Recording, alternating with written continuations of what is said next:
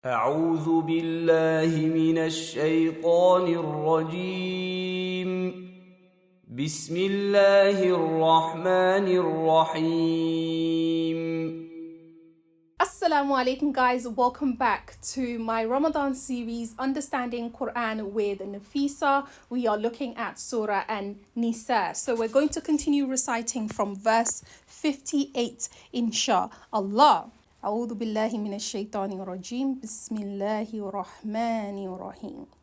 Indeed, Allah commands you to return trust to their rightful owners. And when you judge between people, judge with fairness. What a noble commandment from Allah to you. Surely Allah is all hearing, all seeing. O believers, obey Allah and obey the Messenger and those in authority among you. Should you disagree on anything, then refer it to Allah and His Messenger, if you truly believe in Allah and the last day. This is the best and fairest resolution. Have you, O Prophet, not seen those who claim they believe in what has been revealed to you and what was revealed before you? They seek the judgment of false judges, which they were commanded to reject. And Shaitan only desires to lead them further astray. When it is said to them, come to Allah's revelations and to the Messenger, you see the hypocrites turn away from you stubbornly. How horrible will it be if a disaster strikes them because of what their hands have done? Then they come to you swearing by Allah, we intend nothing but goodwill and reconciliation. Only Allah knows what is in their hearts, so turn away from them, caution them, and give them advice that will shake their very soul. We only sent messengers to be obeyed by Allah's will. If only those hypocrites came to you, O Prophet, after wronging themselves, seeking Allah's forgiveness, and the Messenger prayed for their forgiveness, they would have certainly found Allah ever accepting of repentance, most merciful. But no, by your Lord, they will never be true believers until they accept you, O Prophet, as the judge in their disputes and find no resistance within themselves against your decision and submit wholeheartedly. I will pause there and we will go back. So we begun at verse 58, where Allah subhanahu wa ta'ala says that you should return the trust to their rightful owners. What does that mean? We should return the trust to its rightful owner. Meaning that what does that mean? We should return the trust back to its rightful owner. What this means is that when we are entrusted with something, we should fulfill the trust, right? We should make sure that if someone trusts us with something, that we are guarding the trust as expected to. Oftentimes what we do to one another is that someone trusted you with something and then you go and you spread it in other places where you know they would not want it to be spread. By doing so, you have broken the trust of someone else. If there is a mutual trust and a mutual agreement in relationships, for example, if you are my husband and I'm trusting you that you will be faithful and you go and you break that, you have broken the trust, right? You have not returned the trust back to its rightful owner, right? So if someone gives you their trust, make sure that you keep it and you are keeping it well. Also, be trustworthy towards that person as well. That is what this verse is also referring to. Basically, Allah is saying that we should ensure that we fulfill the trust that is placed upon us, that we fulfill it. If someone trusts us, let's also give back trust too. As we try to emulate the character of the Prophet Muhammad sallallahu alaihi wasallam, who was known as Al-Amin. That was one of his nicknames, is Al-Amin, the trustworthy. We should try our best to make sure that we emulate that. The saddest part of reality these days is that people break trust like it doesn't mean anything. And what does Allah says here? He says, Allah commands you that you return the trust back. It's a must that if someone trusts you with something, you maintain that trust. You know, with a lot of us women, one of the ways we break trust with one another is someone tells us something in private and we go and share it with other people. If the person wanted to tell other people, they would have gone out and told other people. but they came to tell you, and you know this is a private matter. You know this is, an intimate matter, maybe between her and her husband, an intimate matter between her and her family members. And then you go out in public, or you go to other people, even if they are people that you trust. If the person wanted to tell people that you trust, they would have gone and told the people that you trust. But they decided to come to you alone. And even if they didn't say it, you know that it is an intricate matter. You should keep that person's secret. You should keep what they have discussed with you between yourself and them. Unless for any cases in terms of, their security, their safety, or their protection that you need to disclose it, right? Or maybe to gain advice that you need to disclose the situation. Otherwise, guard what people tell you. Us ladies, our tongues just waggle on so much at times. And that brings me on to a topic about, when we gather in the masjids. Sisters, let's avoid gossiping inside the masjids. Let's really avoid it, because this is one of the reasons why some men oppose women spending too much time in the masjid. Because it's like you start creating little cliques and you start, excluding some people. Not only that, but you start creating issues because you start gossiping about this one's issue and that one's issue and that one's issue. Our purpose for being in the masjid should be to worship Allah. And yes, it's a good place to make friends, but let's be mindful and conscious of Allah whilst we are in the masjid. Some of us sit in the mosque, and that's exactly where we do the backbiting and the gossiping. Subhanallah. May Allah subhanahu wa ta'ala protect us from that, right? So return the trust when someone entrusts you with something. Should you disagree on anything, then refer it back to Allah and His Messenger, sallallahu alaihi wasallam, right? If you are true believers in Allah and the last day. What does that mean? That we should judge based upon the Quran and the Sunnah. That is what we use as our guide. And if we should have any disagreements, you go back to the Quran, you go back to the Sunnah. That is what you refer to see who is right and who is wrong. It's not because you are, my brother, or because you're my sister, I'm going to take your side. Just because you're my brother or my sister, when I know that according to Quran and Sunnah, you are wrong. That is not demonstrating that we are true believers. And sometimes it's in these actions that we really show whether we are true believers or we're just giving lip service by saying we believe in Allah, right? And so may Allah subhanahu wa ta'ala forgive all of us and protect us from falling into these sins, right? And Allah says this is the best and fairest resolution. Moving on to verse 60, Allah subhanahu wa ta'ala says, O Prophet, have you not seen those who claim they believed what has been revealed to you and what was revealed before you? Meaning they claim that they are Muslims, and they also claim that they believe in the books, the Torah and the Injil that was revealed before the Quran was revealed. These people claim that they believe in that. However, what do? They seek judgments of false judges, which they were commanded to do what? To reject. Allah subhanahu wa ta'ala, for good reason, brought Islam into place. And He has laid down all the laws in the deen. And we are to follow the laws. When we seek false judges to make judgments on our behalf because it's something we agree with, it's something we want. Sometimes some of us don't want to hear the truth. We want somebody else who's going to validate how we think what we believe is true, rather than us actually being open to saying, I'm actually open to hearing the truth according to Quran and according to Sunnah, and according to following the right path of our predecessors. What is the right thing to do in this situation according to what Allah will be pleased about? We don't want that. Some of us go to false judges and they help us to make our false claims so that we can get whatever it is that we want out of life. That is not something that we should be doing as true believers. That is an action of the hypocrite.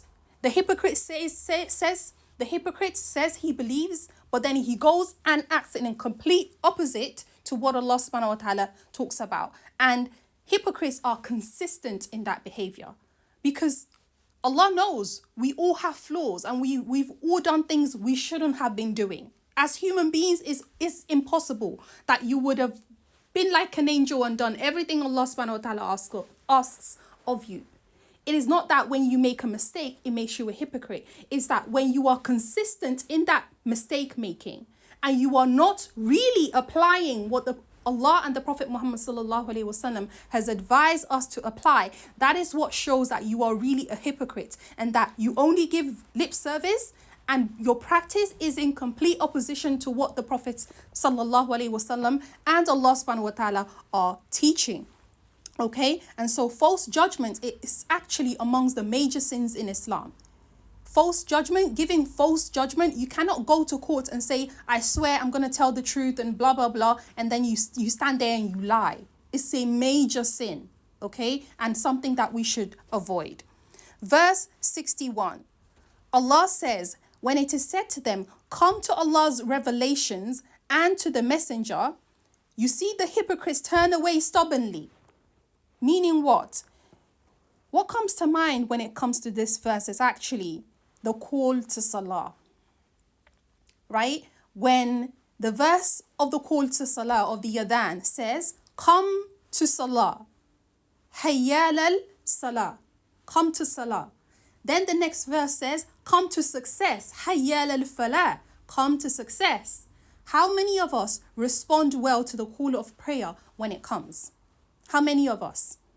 It's like it's time to pray and some of us are dragging our feet. Some of us are like, oh no, not again. Like, I just prayed, for goodness sake. How many times am I going to pray? Like, in our hearts, we are against it. We're resisting it. It's making us angry. All of that does not show the true heart of a believer. The true heart of a believer is not at rest until they have prayed.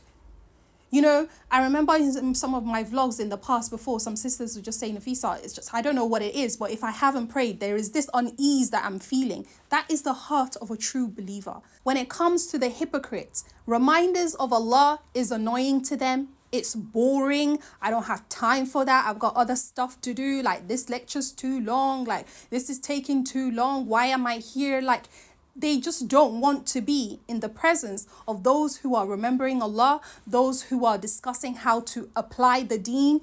They're not interested in none of that. But they will look the part, right? They will speak the part, but the actions in and of itself is not there. Those are the signs of hypocrites, right? So Allah says that you see them, they turn away from you stubbornly. They turn away from the Prophet Muhammad sallallahu alaihi wasallam stubbornly when the call comes to them to turn and come to Allah's revelations and to follow the Prophet Muhammad sallallahu alaihi wasallam. And Allah continues to say, verse 62, how horrible would it be if a disaster strike them because of what their own hands have done. Right? They have come to you swearing by Allah, we intend nothing but goodwill and reconciliation. Subhanallah. The punishment of Allah is upon the hypocrites. And Allah says, what would they do? They can't save themselves against Allah. If Allah was to punish them, what can they do about it? They can't. Now, the fact that Allah subhanahu wa ta'ala does not punish us in this life and He waits until the hereafter, if we are persistent in our sin, should not give us the ease in thinking, oh, this is okay, it's fine. Because, you know, I'm committing all these things and nothing's happening to me. My life is fine. In fact, things have been better since I stopped following Allah's laws. Things have been better for me. Things are easier for me. It's harder for me when I follow Allah's laws. So you know what? What's the whole big deal? The big deal is that Allah is very patient with us. He gives us the time in this dunya. You do whatever pleases you. It is your choice. Allah has brought the guidance, which is the Quran. He has brought the example, which is the Prophet Muhammad sallallahu alaihi wasallam. And Allah then says, you choose whatever you want, you do. But the consequences, my consequences will befall you at the appointed time if you persist in sin. So Allah subhanahu wa ta'ala says that only Allah knows what is in their hearts. Only Allah knows. So turn away from them and caution them and give them advice that will shake their very soul. Allahu Akbar. Give them advice that will shake their very soul. Meaning that the hypocrites, despite their evil deeds, they should also be advised. They should be advised. And the advice should not come in a light way. Allah says, give them advice that will shake their very soul. And brothers and sisters, there are times when we all need advice that's going to shake us. Yes, advice that's going to make us sit up. Advice that's just going to just make us like stop messing around and start taking the deen seriously, start taking Allah's laws seriously. There are times when I'm just like, I have my different lecturers that I like to listen to. There are times when I want to listen to Mufti Menk because his approach, you know, I want that approach. I want someone who is going to deliver something in a light-hearted way, in a way that is very relatable, in a way that can make me laugh. And then there are times when I'm going to listen to other lecturers who don't play. Right? There are times when I want to hear lectures about the hellfire in a way that it shakes my soul, in a way that it scares me into taking action. Because we cannot rely on everything needs to be soft and nice all of the time. We love Allah, yes, we know Allah loves us, but we also have to fear Allah. And there comes a time when we have to remind ourselves that Allah is able to punish us for our evil deeds. And so the Prophet ﷺ is advised to give advice to the hypocrites for what?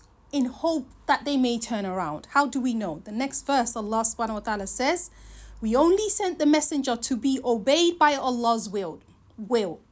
We only sent the messenger to be obeyed by Allah's will. If only the hypocrites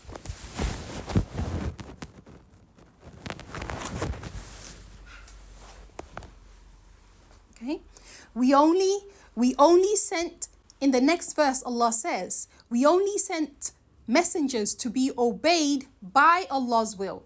It was by Allah's permission that the messengers came to give us the information that we need so that we can be successful.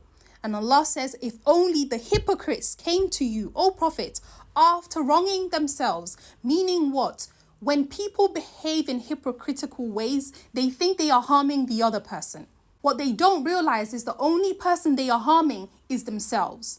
The good that we do is for ourselves. The evil that we do is for ourselves. You don't harm anyone. You don't trick Allah. You're not clever by pretending to be a Muslim, yet you are not acting as a Muslim, or you're not trying to act as a Muslim. Because it's all about our efforts. Again, none of us can be perfect at it, but it's all about our efforts and the sincerity inside of our hearts. Right? Sometimes the only thing that pushes you towards doing good is that you want to please Allah. The other person on the receiving end, they probably don't even deserve the goodness you're doing. But you remain upon doing that goodness purely for the sake of Allah subhanahu wa ta'ala. And Allah says, if the hypocrites who wrong themselves, if only they came to the Prophet sallallahu alaihi wasallam seeking Allah's forgiveness, and the Messenger sallallahu alaihi wasallam prayed for them, they would have certainly found Allah ever accepting of repentance. Allahu Akbar. The mercy of Allah subhanahu wa ta'ala. After them doing all of this wrong, being hypocrites, harming other people, Allah subhanahu wa ta'ala says, if they came to you, O Prophet sallallahu alaihi wasallam, and they sought Allah's forgiveness and you prayed for them, Allah, He says He would still accept the hypocrites. And this just goes to show that no matter how bad you've been, as long as life still exists in you, there is always hope. You guys should research the story of Umar, the best friend of the Prophet Muhammad sallallahu alaihi wasallam, one of the best friends of the Prophet Muhammad sallallahu alaihi wasallam, who's buried next to the Prophet Muhammad sallallahu alaihi wasallam. You should research his story. He began as an enemy of Islam, one of the biggest enemies of Islam. And look how he turned out. Because he repented and he came back to Allah. And the Prophet Muhammad sallallahu alaihi wasallam is known to have said in a hadith that if there would have been, right? If there could have been a prophet, which there isn't, after the Prophet Muhammad sallallahu alaihi wasallam, it could have been Umar. He was an enemy to Islam. A complete enemy to Islam. He completely bashed his sister, right? He physically hurt his sister when his sister converted into Islam, because he was like, there is no way you are joining that Muhammad. And yet he turned around and came back to Islam. To say to you, there is always hope. Do not give up. It doesn't matter how far you've gone. The most important thing is you need to come back. If you come back, Allah subhanahu wa ta'ala will definitely accept you if you are sincere about it.